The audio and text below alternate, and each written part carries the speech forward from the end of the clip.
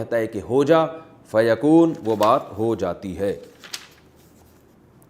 وَيُعَلِّمُهُ الْكِتَابَ وَالْحِکْمَةَ، اور اے مریم اللہ تیرے اس بچے کو کتاب کا علم بھی دے گا اور حکمت کا علم بھی، اور تورات اور انجیل کا علم بھی۔ حکمت سے مراد تو احادیث ہیں جو حضرت مریم علیہ السلام، حضرت عیسیٰ علیہ السلام کے اقوال ہیں۔ حضرت عیسیٰ علیہ السلام جیسے ہمارے نبی صلی اللہ علیہ وسلم کی احادیث ہیں وہ حکمت کی باتیں ہیں، تو حضرت عیسیٰ کے جو ویسے جو باتیں ان کے ارشادات ہیں وہ بھی اللہ ان کو سکھائے گا جو حکمت کی باتیں ہوں گی۔ تورات اس لیے کہ حضرت موسیٰ علیہ السلام کی شریعت ہی پر حضرت عیسیٰ عمل کریں گے۔ حضرت عیسیٰ کوئی نئی شریعت لے کر نہیں آئے، اس میں تھوڑی سی چینجنگ کی ہے، باقی وہی شریعت تھی تورات جو حضرت موسیٰ علیہ السلام پر نازل ہوئی، اور انجیل بھی ان کو سکھائیں گے جو حضرت عیسیٰ پہ نازل ہوں گی۔ اور کتاب سے کیا مراد ہے، اس میں دو باتیں کی گئی ہیں۔ ایک تو الکتاب سے مراد آسمانی کتابیں جتنی بھی ہیں ان کو الکتاب میں سمو دیا گیا، وہ تمام آسمانی کتابیں جو پہلے گزری ہیں، لیکن راجح قول یہ اس میں یہ ہے کہ اس سے مراد قرآن مجید ہے۔ وجہ اس کی یہ ہے کہ پچھلی کتابوں کو میں جو اللہ نے سکھایا وہ تو تورات ہے نا، تو تورات میں تو زبور کا علم، تورات میں تو یہ جو ہے وہ ساری چیزیں آ گئیں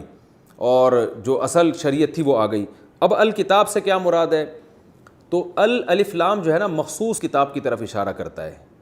ال کا لفظ، تو اس سے مراد ہے مخصوص کتاب۔ یہ کسی اور پیغمبر کے بارے میں اللہ نے نہیں فرمایا کہ اللہ ان کو الکتاب کا علم بھی دیں گے۔ تو حضرت عیسیٰ علیہ السلام کے بارے میں صحیح احادیث سے اور قرآن سے اور اجماع صحابہ اور اجماع امت سے پتہ چلتا ہے کہ حضرت عیسیٰ علیہ السلام قرب قیامت میں نازل ہوں گے اور قرآن کے مطابق فیصلے کریں گے۔ تو اس لیے راجح قول اس بارے میں یہی ہے، اس سے مراد القرآن ہے، کیونکہ حضرت عیسیٰ کو اللہ نے قرب قیامت کے لیے منتخب کیا تو اس امت کی قیادت کریں گے،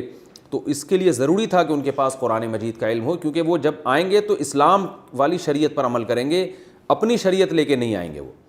تو اس کے لیے ضروری تھا کہ ان کو قرآن کا علم دیا جاتا ان تمام لوازمات کے ساتھ۔ تو اس لیے اللہ نے فرمایا کہ ہم نے ان کو پہلے سے، یعنی یہ بچے کا ایک معجزہ ہے کہ اللہ اس کو کتاب کا علم بھی دے گا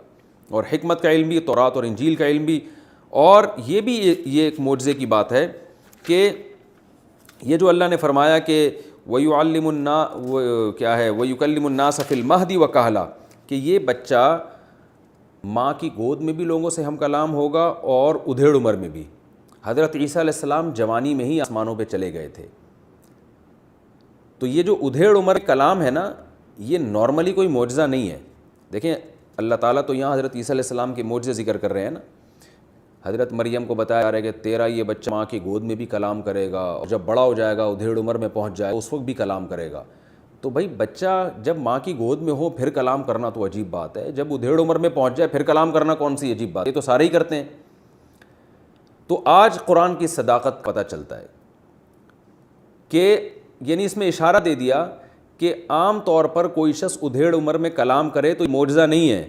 لیکن عیسیٰ کا اس عمر میں کلام کرنا اس لیے معجزہ ہے کہ عیسیٰ کو اس عمر سے پہلے ہی اٹھا لیا جائے گا آسمانوں پہ، اور یہ قرب قیامت میں نازل ہو کر جب اس عمر میں کلام کرے گا تو یہ معجزہ ہوگا کہ ہزاروں سال کے بعد اللہ نے ان کو دنیا میں بھیجا اور وہ اس عمر میں پہنچنے کے بعد لوگوں سے کلام کریں۔ تو یہ بھی حضرت عیسیٰ علیہ السلام کی زندگی اور حیات کی طرف اشارہ ہے۔ قرآن میں حضرت عیسیٰ کی حیات پر صراحتاً بھی ہے، وہ دوسری جگہ پر اللہ نے فرمایا وما قتلوہ، عیسائیوں نے حضرت عیسیٰ کو نہ قتل کیا، یعنی عیسائیوں نے نہیں یہودیوں نے، وما صلبوہ، اور نہ ان کو سولی پر لٹکایا، بل رفعہ اللہ الیہ، بلکہ اللہ نے ان کو اپنی طرف اٹھا لیا۔ اور حدیث میں بھی آتا ہے کہ حضرت عیسیٰ علیہ السلام زندہ ہیں، قرب قیامت میں نازل ہوں گے۔